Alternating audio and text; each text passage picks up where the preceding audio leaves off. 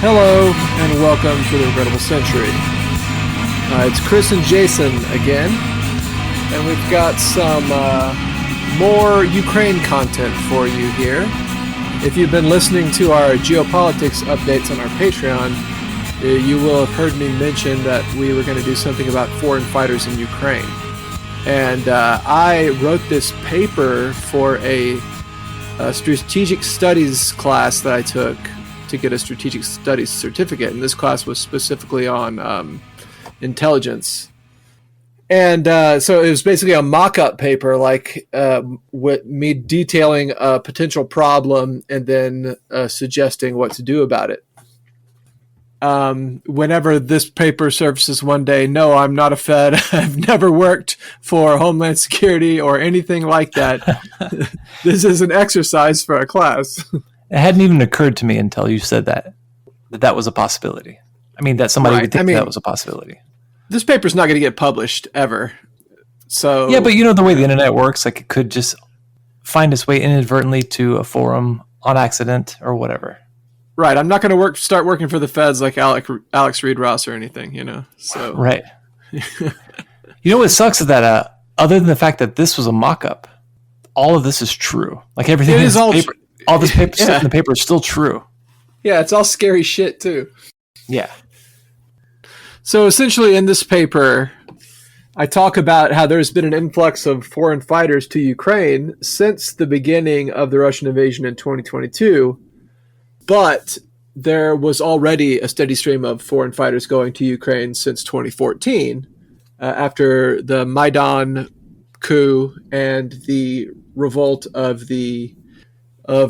the Donbass. So essentially what this paper is about is the fact that there are networks of white supremacist neo-Nazi terrorists in the United States and Europe, such as the Iron March Network and the Skull Mask Network, who have connected violent extremists globally with serious fighting organizations in Ukraine.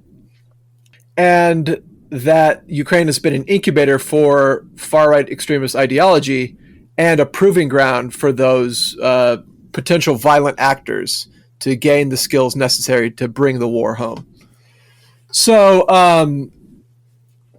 there's already a pre-existing danger in the United States of stochastic violence from right-wing terrorists. And the idea is that it could possibly be heightened by an infusion of individuals with weapons and combat training. Of course, you wouldn't know that if you just watched U.S. news, because it's never talked about, like, at all. The potential for left-wing violence is talked about, though. Oh, yeah, all the time. Yeah. Not only weapons and combat training, but desensitization to violence, because that's part of it. So, there are domestic terror networks in the U.S. and Europe that have planned attacks against critical infrastructures, population centers, and they were often done. Usually, these things are usually done by just alienated young men who have no weapons training, generally like socially maladroit losers that, they don't know how to make bombs. They look up how to make bombs on the internet. They learn from forums and stuff like that. Right. But the intent and the willingness to commit murder is there. And you combine that with possible weapons training, combat training, and desensitization to violence, and it's a potential for something terrible. As I mentioned, there are already existing networks of violent right-wing extremists all over the place that want to carry out and have tried to carry out terror attacks before, and this is giving them the potential to do them more effectively. Right, and this is also, like, we've kind of talked about this, like the actual threat of a resurgent fascism or whatever. The actual far-right threat is not a resurgent fascism, but it is a increase in the levels of stochastic violence and the efficiency of it. So, since the beginning of the conflict in Donbass, like the fighting between Russia and Ukraine, volunteers from all over the world have gone to volunteer. Generally, those fighters have gone to volunteer for Ukraine. There are some that have gone to volunteer for the before the invasion, before the 2022 invasion. Most of the volunteers to the on the separatist side generally tended to be from Russia, and most of the volunteers to the Ukrainian side tended to be from the West, and they generally tended to be extremist right-wingers. Like almost exclusively, although not entirely exclusively. Right. I mean, almost exclusively radical conservatives, and in large portion extremist right-wingers like neo-Nazis, neo-fascists, etc.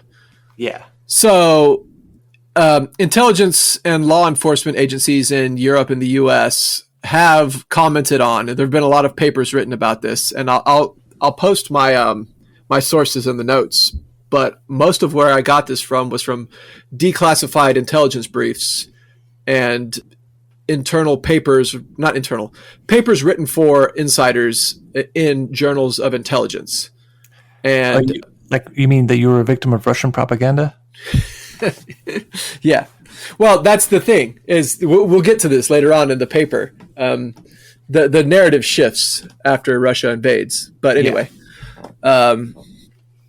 in March of 2022, an intelligence note from the Department of Homeland Security raised concerns about foreign volunteers returning to the U.S. with combat training and experience, making them a potential source of radicalism and violence within extreme right organizations. This report notes that the DHS has information of several violent right-wing extremists who had left to volunteer in Ukraine. And when that report was released, it received criticism because it was released in March of 2022 and Russia invaded in February of 2022. Yeah, I was going to say that was like right after, yeah. Right. It received criticism that it was playing into Kremlin propaganda about support for Ukraine being equivalent for support to neo-Nazis in Ukraine. And the kernel of truth in Moscow's propaganda about neo-Nazis in Ukraine is that there's a prominent, well-armed, and well-respected, well-trained, and well-respected neo-Nazi element in Ukraine. Yeah. It's kind of a large kernel. Right. It's a very large kernel. Yeah. And that contingent has a network of contacts that spread all across the former Soviet Union, Europe, and North America.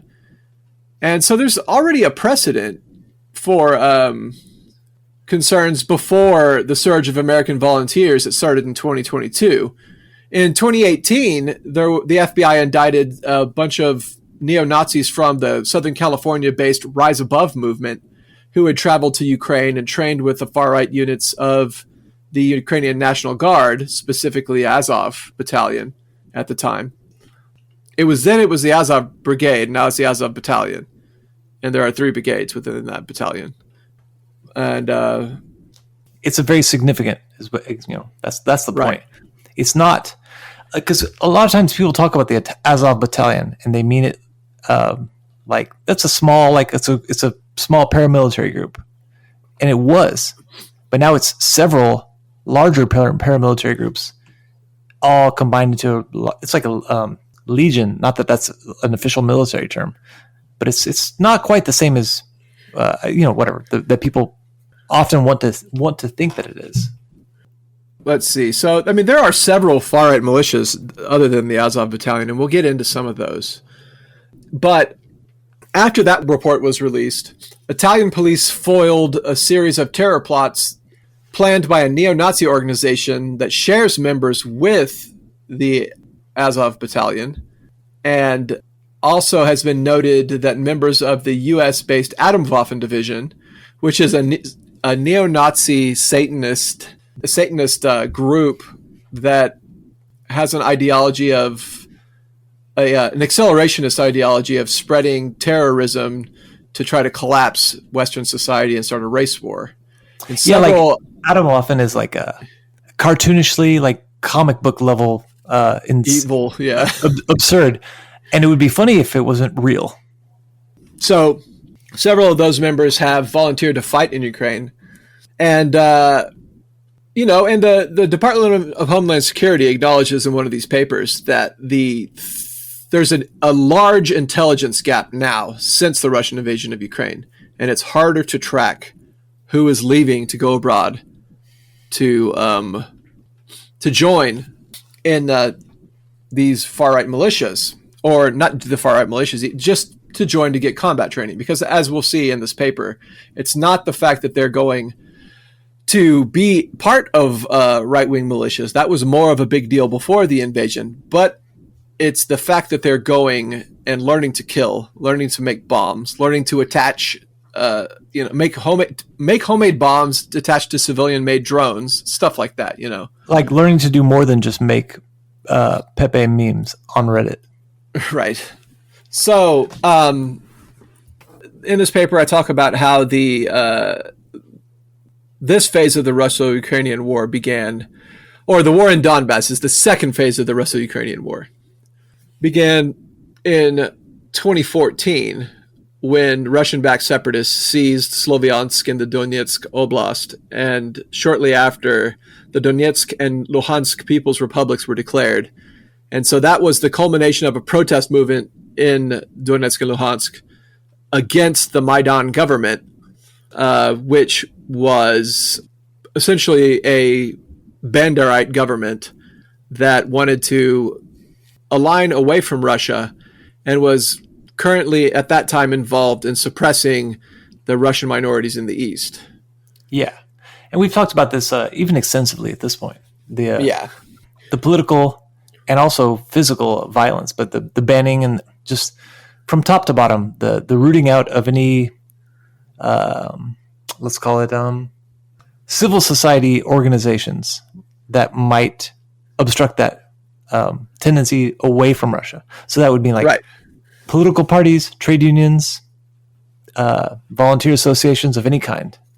Right. And that's all happened since the invasion in 2022, but it was trending that way anyway during the first few presidencies after the Maidan coup. Yeah. And the Maidan coup was heavily infiltrated by, I don't think it was exclusively a product of NATO and EU involvement, but I think that as soon as the protests began, you can look at the data and see that groups like USAID and the National Endowment for Democracy were dumping millions of dollars into funding these far-right movements. And one of these groups, the right sector, actually killed a bunch of trade unionists by locking them in a building and burning it down during the Maidan protests. So it's like extreme right-wing violence birthed the Maidan government of Ukraine. Yeah. And the extreme right-wing has shaped the character of the government since then.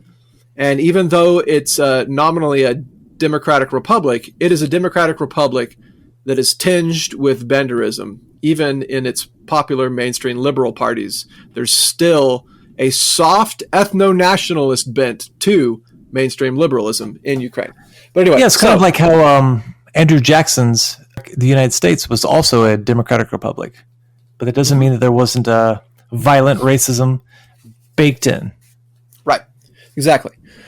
It's funny. It's not funny. It kind of sucks. But at the time, I remember this is in my Trotskyist street activism days, really, really downplaying the growing awareness of these facts because it was just like, this didn't seem that significant. It's like, well, no, I don't think I really quite understood the ways in which what we now call the deep state, how it actually works, how the U.S. intelligence and the CIA and NATO efforts actually work, and it's really to my great shame and to all of our great shame. The permanent security establishment, like that, will keep these projects going regardless of who's in charge. Yeah, right? Yeah. So, in response to that protest movement, the Ukrainian army invades and starts, suppressing the protest movement, which breaks out into a revolt, and the Ukrainian army, being even more corrupt than it is now, and infinitely less capable. The Ukrainian army now is incredibly capable and brave and strong, but it is hamstrung by corruption still. But that Ukrainian army was just a complete mess and got its ass kicked and it got surrendered and almost annihilated a few times by the separatist rebels because they were being supported covertly by Russia. And in response to that, several volunteer militias were created, such as, the Azov Battalion and Right Sector. And, as I mentioned, Right Sector is responsible for killing all of those trade unionists by locking them in a building and burning it down. Yeah. And these volunteer militias were formed out of the Maidan self-defense militias, which were, street thugs, football hooligans, neo-Nazis that operated on behalf of the anti-Russian forces in the Maidan coup.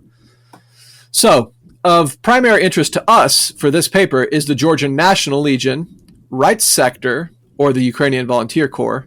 Right, the Ukrainian Volunteer Corps is the armed wing of Right Sector, but I just refer to them as Right Sector.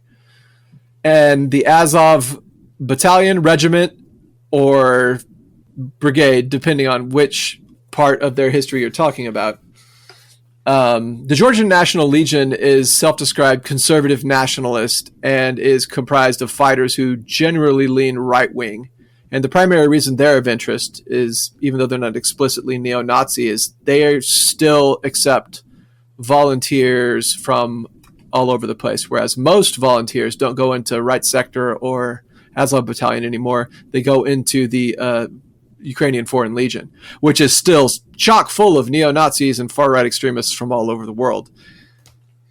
So the Georgian Legion is kind of a hub where most of the foreign right-wingers are going now. This is probably also important to say, right? It's like this is by their own admission. This is not like we have uncovered this secret. It's like this is what they say it's for and what their volunteers say that they're doing. Right. Right. Yeah, they explicitly call themselves a right-wing nationalist militia. Yeah. So the Ukrainian Volunteer Corps, organized by Right Sector, are, as I mentioned, far-right street gangs and soccer hooligans that are responsible for much of the violence in the Maidan Revolution or Maidan coup.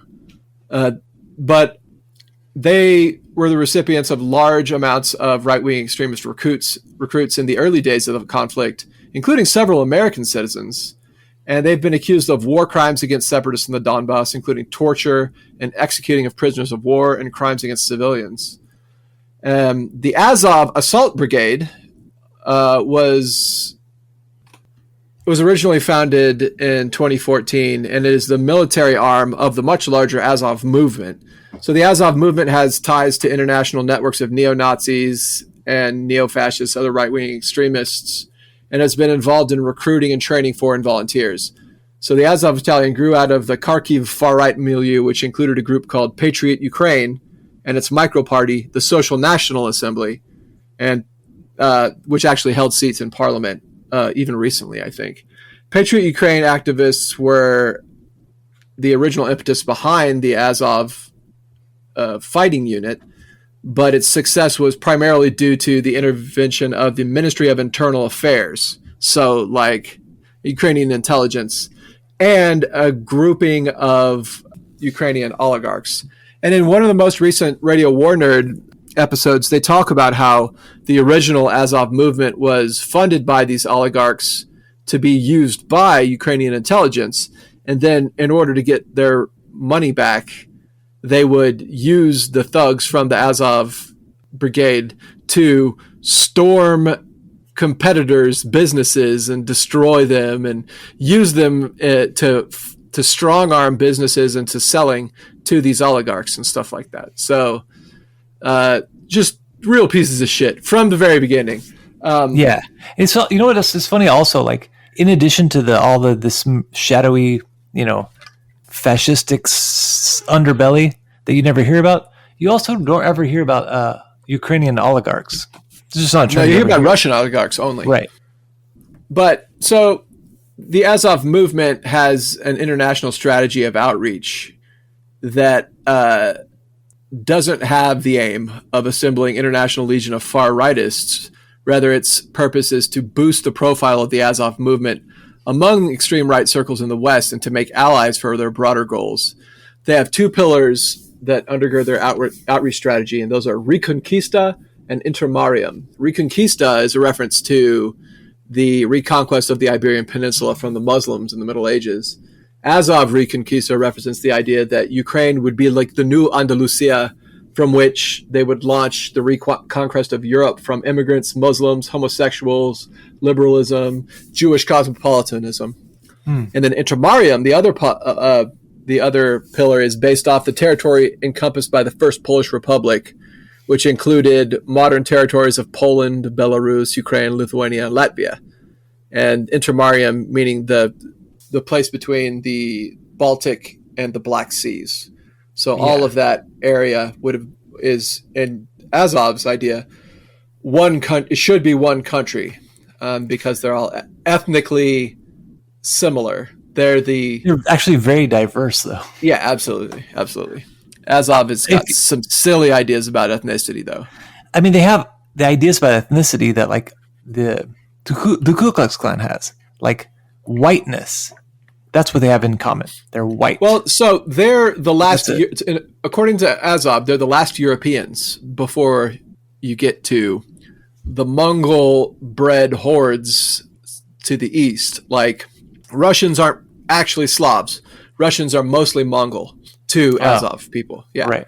So to Azov, they're the last Europeans.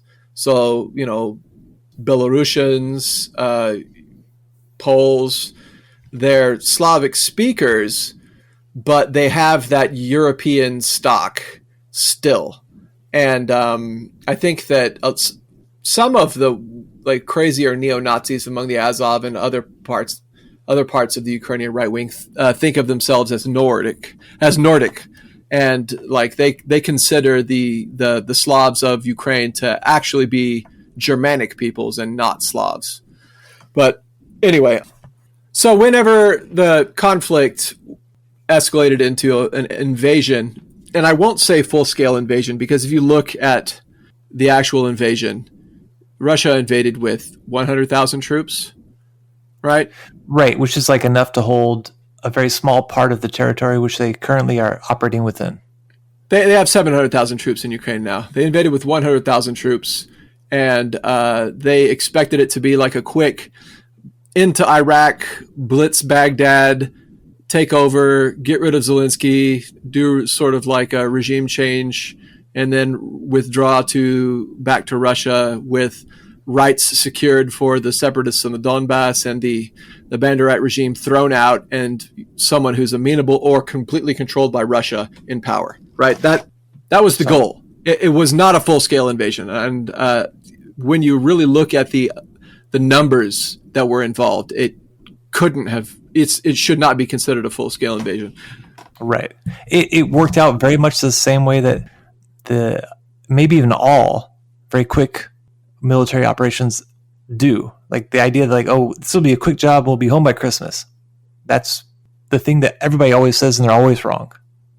Yeah, there was a little bit of hubris on the part of the Russians in that invasion. They didn't quite reckon with the fact that the Ukrainian army had been trained and funded since 2014 by NATO to be an actually decent fighting force. Well, and also I kind of feel like there was a little bit of a miscalculation on the part of like how the population would respond. Like, oh yeah, for sure. Because on the border, all the county oblasts on the border of Russia, you can reasonably assume that there's overwhelming support because there is in the east.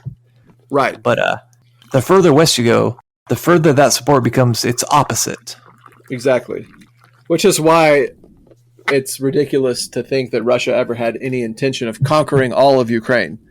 Like, let alone Poland and Germany and fucking Portugal and the United Kingdom. Right. So, whenever the invasion began in 2022, Azov started softening up its image in order to pave the way for social legalization and lionization as the best volunteer units in the eyes of the leadership of the Ministry of Internal Affairs. And that's a quote from a paper called Foreign Fighters in Ukraine by a guy I disagree with, but we'll talk about him later. Initially, Azov sought foreign volunteers in order to augment its own strength, but in the process became the dominant hub of far-right volunteers in Ukraine. It used its vast network of contacts with other far-right groups in the recruitment drive. They outsourced some recruitment to Misanthropic Division, which is an explicitly neo-Nazi German organization. Its recruitment efforts were focused on Europe and the United States, and attracted members from violent neo-Nazi organizations that were linked to and convicted of terrorism, like National Action in the UK, Atomwaffen Division in the US, Wotanjugend and Restrict in Russia, as well as various other groups, right? There's like a list of there's like a dozen other smaller groups. So all this, it was pretty embarrassing to the newly softened image that was being projected. And you had like dozens of think pieces written by liberalism that tried to like downplay it and talk about how, or even actually deny it. They did completely deny it, or say like, oh, Azov is just using those Nazi symbols in an ironic way to oppose Russia. They don't actually believe in any of the neo-Nazi stuff. They dropped all of that whenever they became part of the Ukrainian National Guard, et cetera, et cetera. But, you know, unlike whenever like Republicans do the OK sign, that means that they are Nazis. But the people who are like use Nazi symbols to recruit people who express their conscious desire to like drive all the Untermensch out of Europe, that's just for fun, I guess. That's just ironic. Yeah. I mean, a cursory amount of research will show you that they haven't softened their internal usage of neo-Nazi rhetoric, nor their continuation of esoteric Nordic pagan rituals that are explicitly neo-Nazi Nordic pagan rituals, or their yearly National Socialist black metal festival called Asgarus, which I don't know what that means, but it's something. So there's a 2022... What? I'm sorry, I'm just laughing because I know what it means, but it's something. So there's a DHS report, intelligence report from 2022 that mentions the Azov movement as one of several neo-Nazi militias fighting for the Ukrainian armed forces, which is actively recruiting, quote, racially or ethnically motivated violent extremist white supremacists. That was after the invasion. And DHS that's a quote from the Department of Homeland Security. Yes. In 2015, the U.S. House of Representatives passed a bill that banned providing the Azov, Right Sector, and other far-right groups with arms, and that ban was dropped during the Trump presidency in a move that angered and alarmed Jewish organizations like the Simon Wiesenthal Center, whose concerns about Ukrainian Holocaust revisionism had placed such organizations on its radar. And it's funny, like I posted a while, right after the invasion, when all the liberals were just salivating over the beautiful defenders of Ukraine that just happen to unconsciously be supporting symbols of neo-Nazism because they don't really know what they mean, or whatever reason they gave for doing that. There was most people that liberals tend to be in favor of. They just don't know. They're unaware. They need our help to learn. Right. So I posted this two screenshots of news articles. One was how Jewish groups were upset about a far-right Nazi collaborator worshiping Banderite neo-fascist mayor who has expressed anti-Semitic sentiments, and this was in some mainstream outlet like, Washington Post or whatever. And then superimposed next to that was the mayor defiant in the face of Russian invasion, defends Ukraine against Putin's aggression or whatever. It's the same mayor, and there's a giant portrait of Stepan Bandera behind him in his picture, but they blurred it out for the photo. It's amazing, I don't even know what to say about that. Right. So that's the Ukraine situation. Now, let's talk about the international situation. So in 2019, there was a leak from a web forum called the Iron March, and it exposed a bunch of member names and chat logs that revealed a vast international network of far-right extremists who belonged to several groups that were linked to terrorism and other violent acts. The Combating Terrorism Center at West Point describes this Iron March forum as the incubator and eventually the primary organizational platform for a transnational neo-fascist accelerationist terrorist network. And I got this from I read a bunch of papers written by published in the Center for Combating Terrorism Center out of West Point. A lot of those are included in this paper. So you mean a bunch of Russian disinformation from fucking West Point? So the forum brought together members of groups like the Golden Dawn in Greece, the Traditionalist Workers' Party in the United States, the National Democratic Party of Germany, Scandinavian Nordic Resistance Movement, Casa Pound in Italy, the Azov Movement in Ukraine, and Atomwaffen Division in the United States. The Iron March expedited a method of organizing detailed and popular white supremacist novel and terrorist field manual called The Turner Diaries, and a Nazi manifesto called Siege, which was written by accelerationist neo-Nazi and acolyte of Charles Manson, James Mason. Both of these books advocate for a network of leaderless cells which organize loosely around a shared ideology and carry out terrorist acts against the state in order to accelerate the collapse of society. Sorry, I got a question which I don't know where else it would fit. Is this National Democratic Party in Germany? It's not the same party from East Germany that was meant to utilize and rehab neo-Nazi figures, right? Is it? No, I don't think so. I mean, this is something that exists now. Yeah, I was just wondering. It's not the same group, though. Oh, I doubt it. I'm going to look that up. So the bombing of the Alfred P. Murrah Federal Building in Oklahoma City by Timothy McVeigh and Terry Nichols is the deadliest example of this kind of decentralized domestic terror. But it's not the only instance. After that leak, the Iron March Forum closed down, and then another nameless entity that the Combating Terrorism Center calls the Skull Mask Network and states, quote, affiliation is demonstrated through solidarity pledges and use of common symbols, most importantly, the black and white skull mask and badges based on the shield-shaped divisions and insignia of the Waffen-SS. So they call it the Skull Mask Network for that reason. Right. Okay, so the National Democratic Party, this is according to Wikipedia, the current National Democratic Party of Germany is not to be confused with the old National Democratic Party of East Germany, which was, that's the party that was intended to reach out to like social groups which were once attracted to the Nazi Party. Right. But they have no relationship. Right. And that's important, I think. Just, Yeah, for sure. So the affiliates of the Skull Mask Network, as I mentioned, are sort of united around political religious ideology that mixes syncretic traditionalism, a la Julius Evola, and neo-fascism, Hermetic occultism, paganism, and Hinduism are all part of it, with specifically the Atomwaffen Division incorporating Satanism.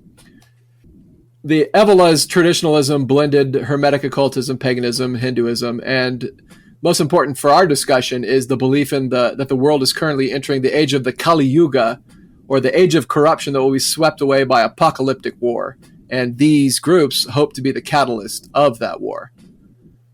The Skull Mask Network has been the driver of a majority of Iron March-linked violence, which is likely due to the wholesale adoption of James Mason's siege culture as their construction of their ideology. It's kind of like American evangelicals and their virulent Zionism, because they hope that it will help usher in the apocalypse. Yeah, and they will benefit. The beneficiaries. I was going to say benefactors. Yeah, it's like that, only it's even worse. Yeah. So there are two nodes of the Skull Mask Network in the U.S. There's the base and the Atomwaffen Division. The base is all but defunct, and now, because several of its members were arrested in two separate plots, one to commit a mass shooting and attempt to start a shootout with Virginia law enforcement and gun rights activists. They wanted to basically set gun rights activists in a firefight with law enforcement. So they were planning on sniping both sides during a standoff that they were going to create in Virginia. And the other one was a plot to assassinate local anti-fascist activists. So the Atomwaffen divisions style themselves as National Socialist Revolutionary Paramilitaries. And as I mentioned before, they're training for the coming societal collapse and accompanying race war. And they also advocate accelerating this class by bombing vital infrastructure.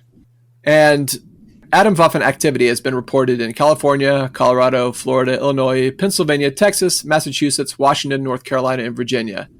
And there have been several Atomwaffen-related arrests in the U.S. In May of 2017, a former Atomwaffen member named Devin Arthurs murdered his 2 roommates, who were also members. The ensuing investigation uncovered... Well, okay, so that's funny about this. I didn't include this in the paper, but Devin Arthurs converted to Islam. And his two roommates were talking shit to him, and he killed them. And then that investigation uncovered evidence that another member, Brandon Russell, was collecting explosive materials that were going to be used in an attack on civilians, nuclear power plants, and synagogues in the Florida area. Several other members were arrested on various weapons-related charges, others on conspiracy to commit violence charges, and at least 3 of them for murder. Many of these would-be terrorists had their intentions foiled due to sloppiness and lack of experience. Right, lack of experience that is more available now. Right. In March of 2020, Atomwaffen supposedly disbanded in the face of rumors that they were about to be designated a foreign terrorist organization by the State Department. But it was soon determined that the announcement was made to just give Atomwaffen members breathing room, and that they still exist. 1 month later, so this is 2020, right? So it's in the midst of COVID-19. The FBI uncovered an Atomwaffen plant to blow up a hospital with a car bomb. Timothy Wilson, Atomwaffen member, wanted to accelerate the decline of American system by contributing to the chaos brought on by COVID-19. And he died in a shootout with the FBI during an arrest attempt. The same investigation that uncovered Wilson's terror plot uncovered chatter in a Telegram channel, which included Atomwaffen members and other white supremacists from different organizations who were planning to weaponize coronavirus using spray bottles tainted with saliva as biological weapons. So it's unsurprising that this new generation of neo-Nazis have fully embraced James Mason's siege, as it parallels the methods already widely disseminated through the tactics discussed in the Turner Diaries. Well, I guess it's also unsurprising. It's just that this barely exists in public consciousness. This is not... Right. This was 5 years ago, so it may as well have been 500 years ago. Right. Well, and it is sort of ancient history, but it shows that there is a large group of people that are insane and want to kill people, but are just too stupid to be able to pull it off. Yeah, so far they're still too stupid. Yeah. So let's talk about the Turner Diaries real quick for anyone who's not familiar. William Luther Pierce was a lifelong neo-Nazi activist and organizer who was radicalized by student protests against the Vietnam War, which he said were led by Jews. So he joined the John Birch Society in 1962 and quit soon after because of lack of attention to race issues. His career in white supremacy included a stint in George Lincoln Rockwell's American Nazi Party, which he left and founded the National Socialist White People's Party, and volunteered for the George Wallace presidential campaign, and then later founded the National Alliance, and of course he authored the Turner Diaries. And how wild is it that the guy was the John Birch Society is just not racist enough for me. Exactly, yeah. So the Turner Diaries were serial released in the National Alliance's publication before being collated into a novel.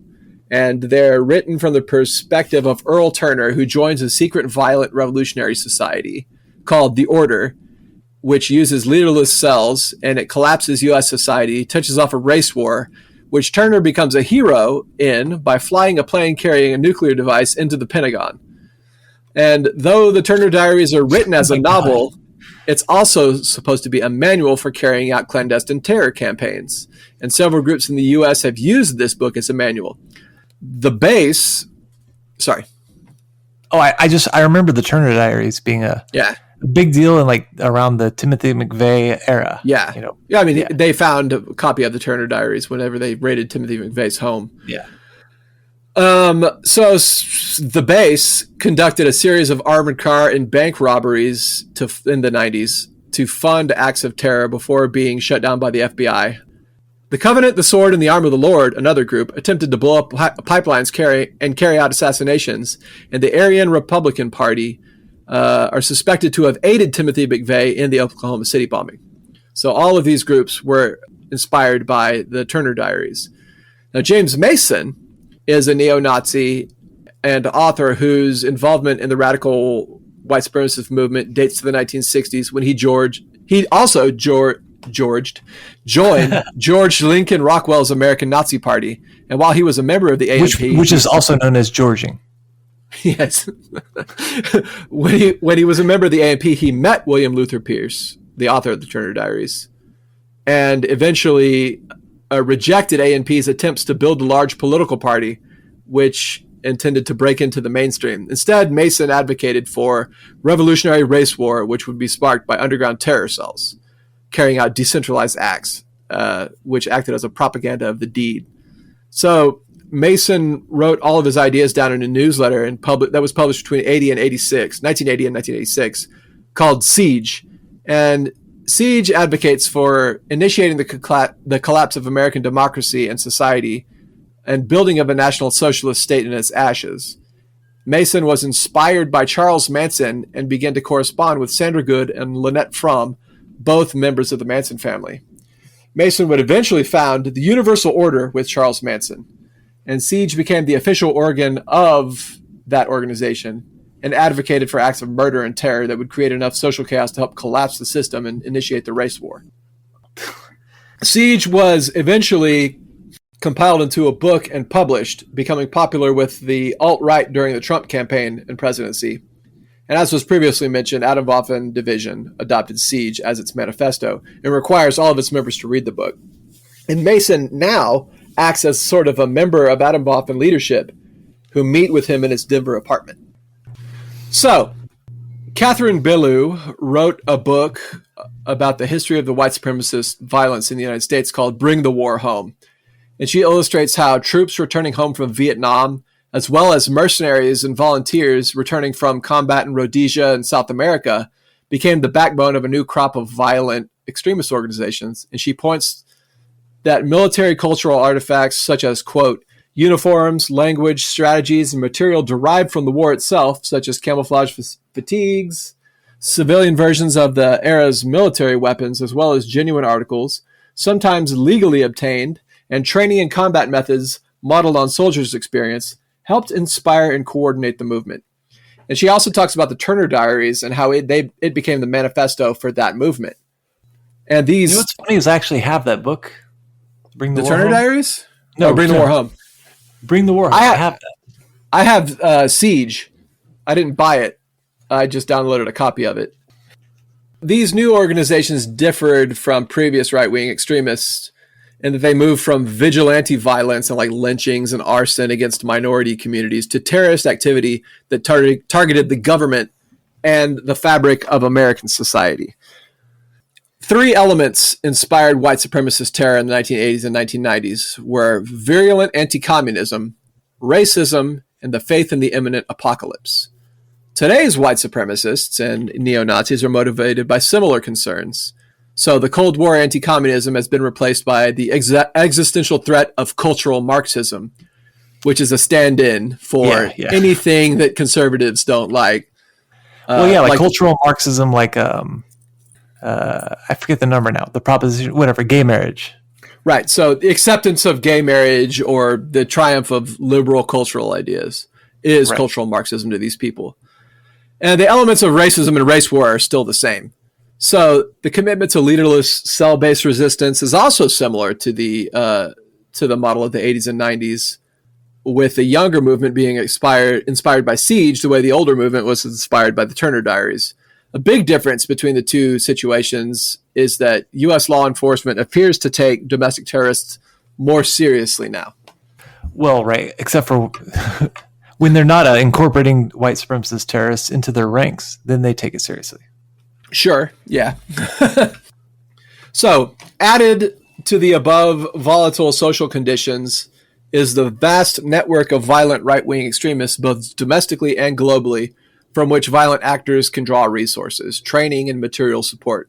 So, Belew illustrates that the lines dividing the Nazis, the Klan, Christian nationalists, and skinhead gangs were porous and that they coordinated in the perpetration of violence. The Iron March Forum leaks illustrates how an analogous situation exists between international and domestic right-wing extremist organizations.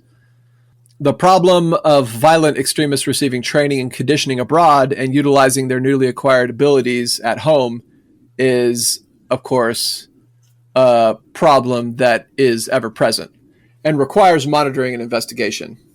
And anybody that has been following this for as long as I have will know this name, and that's Craig Lang. And he is an associate. He was, I believe he's a member of the Proud Boys and has been associated with Patriot Front, Atomwaffen Division, and the Traditionalist Workers' Party, and is currently in Ukraine fighting with the Georgian Legion after having fled a double murder that he allegedly committed in Florida. So he was when I wrote this, and I don't know. I think I wrote this in 2023. I wrote this in 2023. Or no, actually I wrote this 2024. I wrote this in 2024. So whenever I wrote this, he was in Ukraine fighting, and he's acted as sort of a go-between for the and unofficial recruitment agent for Ukrainian volunteer militias, attempting to connect fellow extremists, veterans, which he is himself, with units in need of experienced volunteers. And he has claimed to have ties to the Azov movement and offered his connections to get American volunteers into the elite unit. So he bridges the entire spectrum of the American far-right extremist organizations and major far-right combat organizations in Ukraine. Yeah, like he turns out to be a fairly significant as an individual. So the network of extremist organization complicates the problem, as we not only have to worry about our homegrown extremists, but their counterparts abroad. And the worldwide network of aspiring and actual neo-Nazi terrorists acts as a think tank, laboratory, and collective font of experience. So I have a chart here. Maybe I'll put the chart in the show notes. And I made this myself. It illustrates the links between all of the extremist groups and shows how terrorist networks like the Skull Mask Network are tied to groups that are as ridiculous as the Proud Boys and have some sort of mainstream appeal, or used to before January 7th. 7th? 9th? 7th. 6th. Wait. January 6th. 6th. Oh yeah, January 6th. I'm actually really into January 7th though. The day after. Yeah, why? Because it's way funnier. No, okay, so the Proud Boys, who were mainstream before January 6th, when all of their members got arrested. But hey, I guess they're out now, right? Because of Trump's blanket because pardon? they all got pardons, including the ones who were like beating a cop to death. Yeah. So the Proud Boys, whose appeal approaches mainstream popularity in the United States, or the Azov movement, whose military wing receives arms, funding, and training by the U.S. military. The bottom group of this, all on the... Oh, wait, never mind. I don't want to describe that. So there are... On this chart, there are... Give it like a meme. On this chart, there are several groups that are domestic right-wing organizations, several of which took part in the 2017 Unite the Right rally in Charlottesville. And of course, some of those are Proud Boys. And Henry Theriault, the former national chairman of the Proud Boys, was sentenced to 22 years in prison, but I guess he's out now. While the Proud Boys try to present an outward non-racist image and claim to bar neo-Nazis from their organization, the self-proclaimed champions of traditional Western society and conservative values share members with defunct Traditionalist Workers' Party, who was a member of the Iron Mask Network, with Patriot Front, who typically engage in propaganda, petty violence, harassment, and vandalism, with the Rise Above movement, 3 of whom were arrested for conspiracy to commit violence in the United States after having spent time in Ukraine training with the Azov movement, and with Atomwaffen Division, and the Base, whose numerous foiled terror plots have been discussed already. So, yeah. Whenever I wrote this paper, I didn't realize how integrated Proud Boys were into these violent extremist organizations. I always thought about them as fucking nerds, which they are, but they're actually dangerous. Yeah. Another node is the Italian neo-Nazi group, the Order of Hagel, who shares members with the Azov movement and have connections to Golden Dawn and Casa Pound. In autumn of 2022, the Order of Hagal was embroiled in a terror plot that was prevented by Italian police. So 5 men were arrested and charged with terrorism, subversion of the democratic order, as well as disseminating propaganda and instigating crimes on the grounds of racial discrimination. And these Order of Hagal members were planning to carry out mass shootings and bombings at police barracks and shopping malls. And in the course of the investigation, the police found a large stash of illegal weapons. But the group is inspired by the same accelerationist neo-Nazi ideology professed by James Mason and the Skull Mass Network. Similarly, in 2023, 2 members of a violent French neo-Nazi group were apprehended smuggling illegal weapons into France as they returned from Ukraine, where they were volunteer fighters. And it's that's like the flow of weapons into Ukraine has also been it's documented and publicly discussed. Flow of weapons out of Ukraine into like all sorts of illicit hands, like drug cartels and apparently neo-Nazi terrorist organizations in the West. Right. I mean, the right-wingers like Tucker Carlson, and they exaggerate the extent to which weapons are making their way out of Ukraine. But I mean, it's definitely true that weapons have been found on the black market, like Stinger missiles and Javelin missiles showing up on the black market, and that is not controversial. It's just the idea that such large amounts of it those weapons are going out is what's controversial.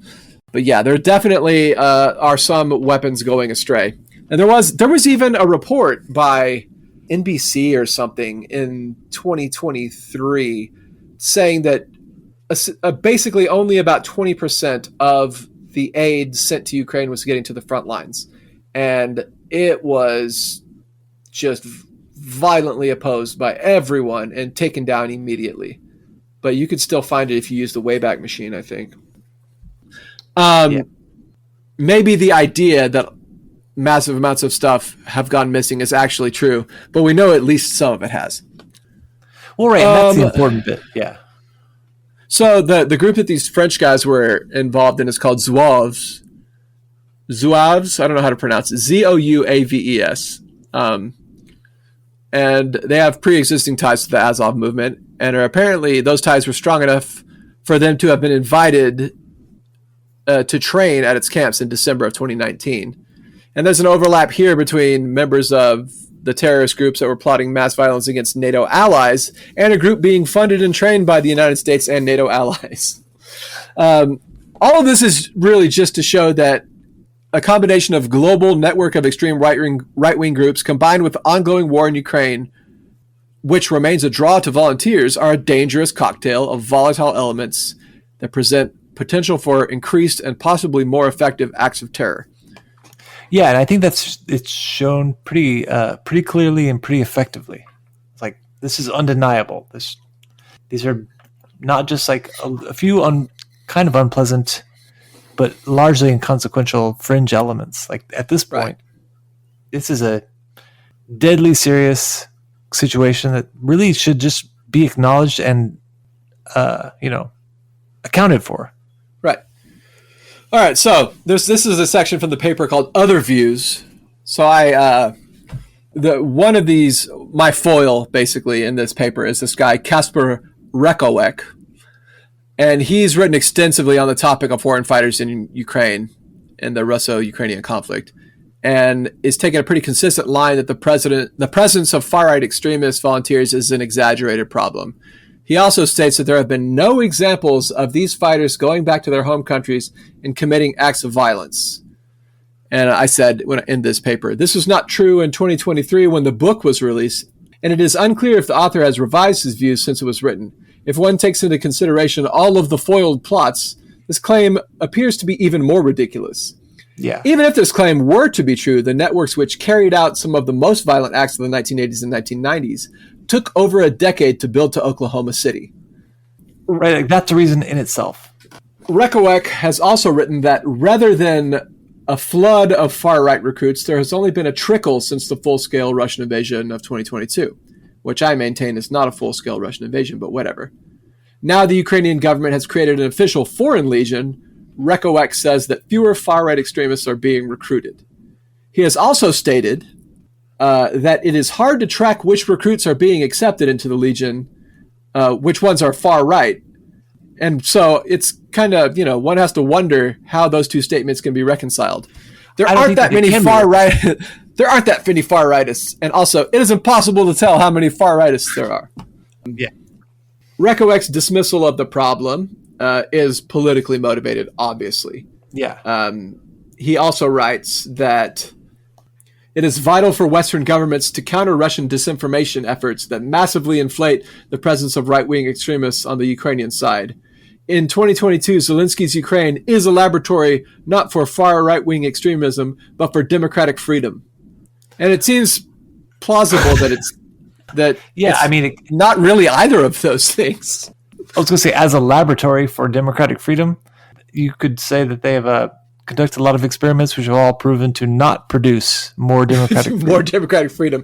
I would say that it is possibly a laboratory for democratic freedom, in which there's a bunch of failed experience, like you mentioned, and also at the same time, a laboratory for far-right extremism? A laboratory for far-right extremism. Yeah, exactly. It's possible that, Putin exaggerates the numbers and influence of the neo-Nazi element within Ukraine. When I wrote this, I don't necessarily know if I even thought that, but now I certainly don't. Yeah, I don't think so at all. The numbers are still substantial. Specifically, the Azov movement's prestige and gravitas far outweigh its unit size. Which is also significant anyways. Yes, it's more significant now than when I wrote this. There are, of course, opinions trumpeted by many in the mainstream media in the West that claim that neo-Nazis in Ukraine the claims about neo-Nazis in Ukraine are false. Social scientist and Russia expert Alistair McCallum of Monash University claims that the Azov regiment is, quote, a fairly typical fighting unit, and that neo-Nazi symbolism is displayed on banners, uniforms, posters, tattoos, and literature is just a result of the fact that the gravity of many of these symbols simply isn't widely known in Ukraine and can be likely just an emblem of a successful fighting unit that protects Ukraine rather than a politically charged symbol. One of the more ridiculous things a person could have said about anything. Right. A country that before, going all the way back to the 1990s, has been rampant with violent neo-Nazism, doesn't know what neo-Nazi symbols mean. And of course, Russia is another country that was rampant with violent neo-Nazism. And, I don't want to leave that out, but that's not what we're talking about here. We don't have foreign fighters going to Russia and coming back to the United States. In response to that, have Russian neo-Nazis going to Ukraine to fight for the Ukrainians. Yeah. I mentioned two of those groups in this paper. Yeah. So what I said was that this, of course, ignores what the Azov movement says about its own illiberal and racist ideology and its plans for a white European reconquista. In the words of the movement's ideologist and international secretary, Olena Semenyaka, today Ukraine, tomorrow Rus, and then the whole of Europe. Right? While it's not likely that Azov is going to unite Europe into a white ethno-state, it's still worth listening to what they say about their own ideology. Yeah. Okay, so conclusion. There is a global network of far-right extremist organizations that act as a repository of experience, think tank for devising new strategies and tactics, and a laboratory for trying them out. In the U.S., there's an incredibly violent and leaderless network of accelerationist would-be terrorists who advocate mass shootings, murder, biological warfare, and destroying critical infrastructure. There's also an ongoing conflict in Ukraine with far-right militias that have ties to the above-mentioned networks, which have, in the past, trained violent extremists. Some of these extremists have attempted terrorist acts and hate crimes after returning home to France, Italy, and the United States. The particular mixture of elements that produced the violence of the 1980s and 1990s resembles that of our current epoch in more than a few substantial ways. We have soldiers returning from conflicts abroad, be they veterans of the war on terror or foreign fighters. We have a frustrated radical right wing with overblown fears of rampant leftism and cultural Marxism. And we have heightened racial tensions and a network of extreme right groups that believe in imminent race war. Of course, intelligence isn't a hard science with reproducible results in previous behavior, and it's not a one-to-one predictor of future behavior. But this is as close as a predictor as exists. And the rest of it is like my recommendations as to what to do. And these are not actually things that I recommend, but one of them was just to enforce existing laws that prevent Americans from going abroad to fight for other countries. Right, and like Israel or Ukraine. Yeah, that would do a lot. Also, we could also just reinstate Congress's previous ban, which Congress rescinded, to like send money to neo-Nazi groups. Right. Well, it doesn't matter anymore because Trump has cut off all military aid to Ukraine at this point. Yeah, I suppose there is that. After being the one to fund the neo-Nazi groups in the first place. Obama had the prohibition against it. Trump brought it back. And then Trump got rid of it also. Biden went just fucking nuts. Yeah. One of the greatest warmongers of our time. Everything's really, really cool. Lots of things have changed since I wrote this. For one, Ukraine has been losing a war now. Since about the time I wrote this, actually. Since their disastrous attempted counteroffensive in 2023, they've been on the back foot and losing territory steadily for 30 months exactly is what I heard today on a podcast that I was listening to that talks about news of the Ukraine war. 30 months of falling back, and it's been an attritional slog, so it's not like huge chunks of territory are being taken, but huge numbers of Ukrainians are dying, way more than the Western media attributes to Ukraine, because they generally trust Zelensky's fabrications. Yeah, and they're like less than a tenth of the real casualty figures. Right, like he says there's like 40,000 dead and maybe like 60,000 wounded. I think that's what... Yeah, it's just not even close to true. It's like 400,000 dead and like 1 million wounded. Yeah, I've seen numbers from all over the place, specifically up to 1 million casualties. Some people say 1 million dead. We know for a fact that there have been at least hundreds of thousands dead. That's all we know. We don't know any more than that. Anyway, so this is not about the war in Ukraine right now. I just wanted to kind of talk about how things have changed. But one thing that hasn't changed is foreign fighters are still going to Ukraine. In fact, the Russians just hit a hotel in Ukraine, way behind the lines. I don't remember exactly where. What's Zelensky's hometown? Kryvyi Rog? Kryvyi Rog is it's the city, yeah. Part of the Kiev region, district, whatever. Okay, so there was recently a meeting of foreign fighters, of which that was being put on by French and British and Ukrainians in Kryvyi Rog, which is Zelensky's hometown, and it was hit by a missile. The Russians targeted and blew up the hotel. I don't know how many people died in it, but Zelensky said that no one died, and then the New York Times says that 4 people died, which is I don't know how anyone could ever trust anything that comes out of the Ukrainian government, because even incredibly pro-Ukrainian sources like the Washington Post or the New York Times or Al Jazeera, who've mostly been pretty pro-Ukrainian throughout the whole war, contradict official statements from Ukraine all the time, while the U.S. president Biden will just regurgitate it verbatim. I mean, I was going to say, I think that's a big part of why the Ukrainian government doesn't try very hard. It's this is a lie, and without don't have to do much work around it otherwise. It's kind of like with the Israelis. It's it's a very obvious lie, but as long as the current U.S. administration accepts whatever you're saying, then it doesn't matter how outlandish it is. It doesn't even matter how demonstrably false it is. It just matters that the people in charge accept it, even if they know that you're lying. So when it comes to, say, like the situation in Kursk, where the front is collapsing and the Russians took, like, I think 7 settlements, whereas previously they'd been taking tiny little bits of territory over the past 6 months. They last night took 7 settlements, and an enormous amount of territory by the standards of this war.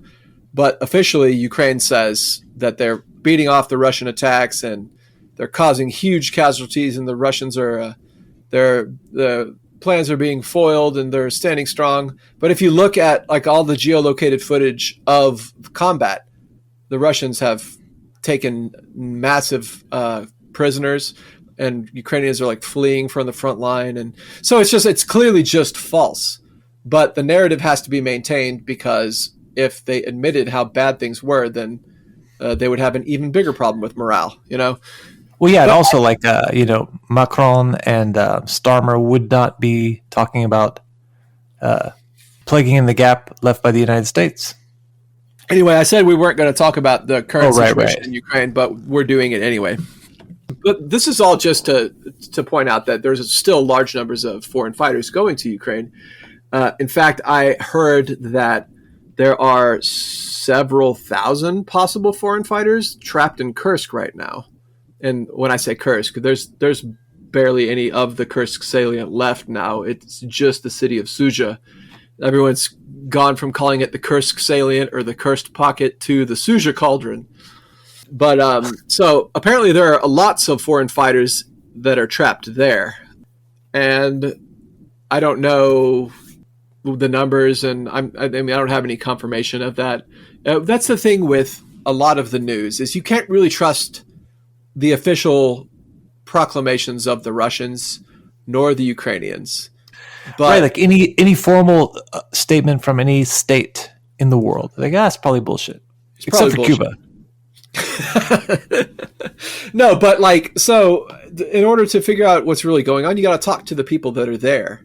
And I recommend everybody go follow Events in Ukraine on Substack, and the Bandera Lobby blog also on Substack. These are both Ukrainians, or one is a Ukrainian Canadian whose parents still live in Ukraine. And I don't actually, you know what? I'm not sure if the Bandera Lobby blog guy is Ukrainian or not. But I know he goes to Ukraine and does research on the Banderites in Ukraine. But they talk about the situation of what's going on in Ukraine all the time. And Events in Ukraine Substack, he does Telegram roundups where he finds out what Ukrainians are saying by, like, joining their Telegrams. And I've watched several interviews with Ukrainians who've one I watched just recently was a guy who was arrested and put in prison for criticizing the Zelensky during wartime. He was said to have been spreading pro-Russian propaganda. So he was put in prison, and then he was let out and he fled the country.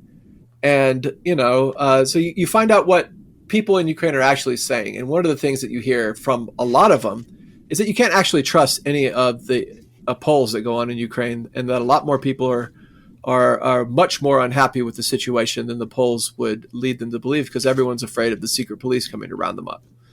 Right. And that would make a lot of sense. Yeah. So, I mean, all of that being said, I don't think the things that I claimed in the paper that I wrote are any less true now than they were a year ago when I wrote it. Except for that, I think a lot more of those foreign fighters are dying than are going to be coming home. If the enormous casualties that have been reported are being taken. And, of course, Russians are reportedly executing foreign fighters when they catch them. It's part of the denazification. Yeah.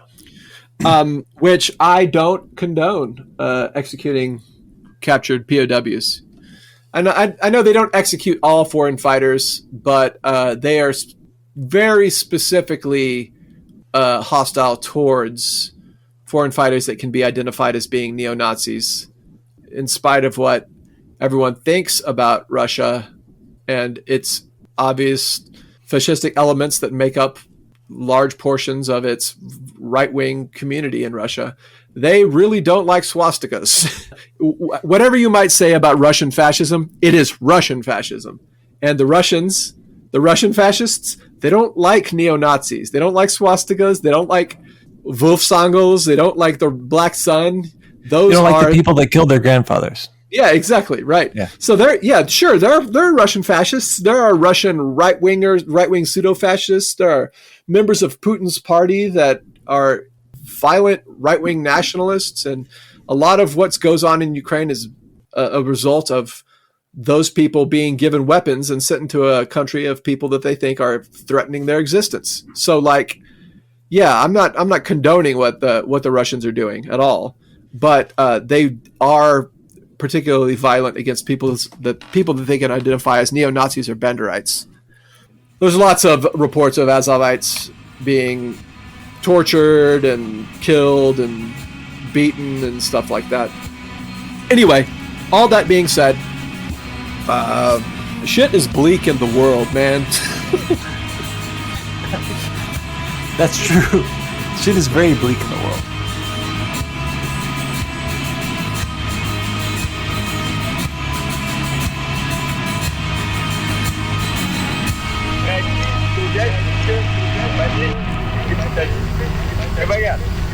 Рабочие и крестьяне не смогут прожить без нас.